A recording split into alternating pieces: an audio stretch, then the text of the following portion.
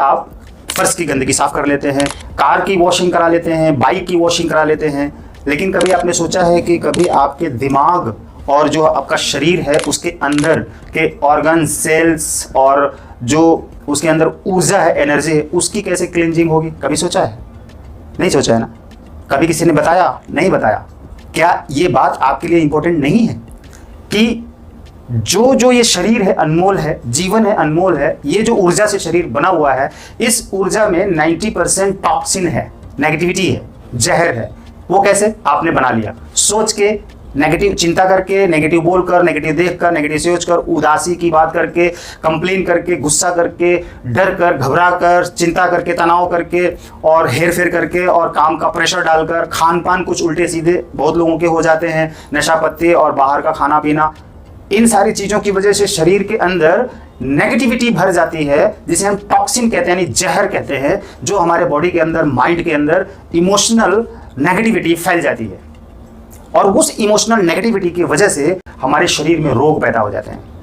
तो हमारे जो ब्रेन के अंदर और बॉडी के सेल्स के अंदर जो टॉक्सिन्स फैल जाती हैं, उनको साफ करने के लिए, क्लीन करने के लिए रेकी ही एक ऐसी पावरफुल एनर्जी है जिसके इस्तेमाल से हम उन नेगेटिविटी को दूर कर पाते हैं। तो अगर आप रेकी सीख लेते हैं और सीख के अपनी हीलिंग करते हैं और या किसी से कराते हैं, तो आप देखेंगे कि जो आपके अंदर टॉक्सिन बढ़ गई है ना, पूरा बॉडी, पूरी एनर्जी टॉक्सिक हो गई है, जहर फैल गया है, तो उस जहर को ये एनर्जी क्लीन करके साफ करती है। जैसे कचरा हो गया ना, गाड़ी में, फर्श में, घर में, कपड़े में, शरीर में कचरा हो जाता है, तो उस कचरा को, गार्बेज को साफ करने के लिए कोई न कोई तो हम यंत्र इस्तेमाल करते हैं, डिटर्जेंट पाउडर इस्तेमाल करते हैं, साबुन, शैम्पू इस्तेमाल करते हैं, तभी तो कचरा साफ होता है, गंदगी। लेकिन यहाँ पर जो हमारी जो टॉक्सिन है हमारे बॉडी के अंदर, जो सेल्स गंदे हो गए हैं, ऑर्गन्स गंदे हो गए हैं, विचार गंदे हो गए हैं, उनको दूर करने के लिए जो एनर्जी है, डिवाइन एनर्जी, प्योर एनर्जी, उस एनर्जी को हम अपने बॉडी के अंदर डाल के उसको क्लींज करते हैं, साफ करके, और फिर हील करते हैं,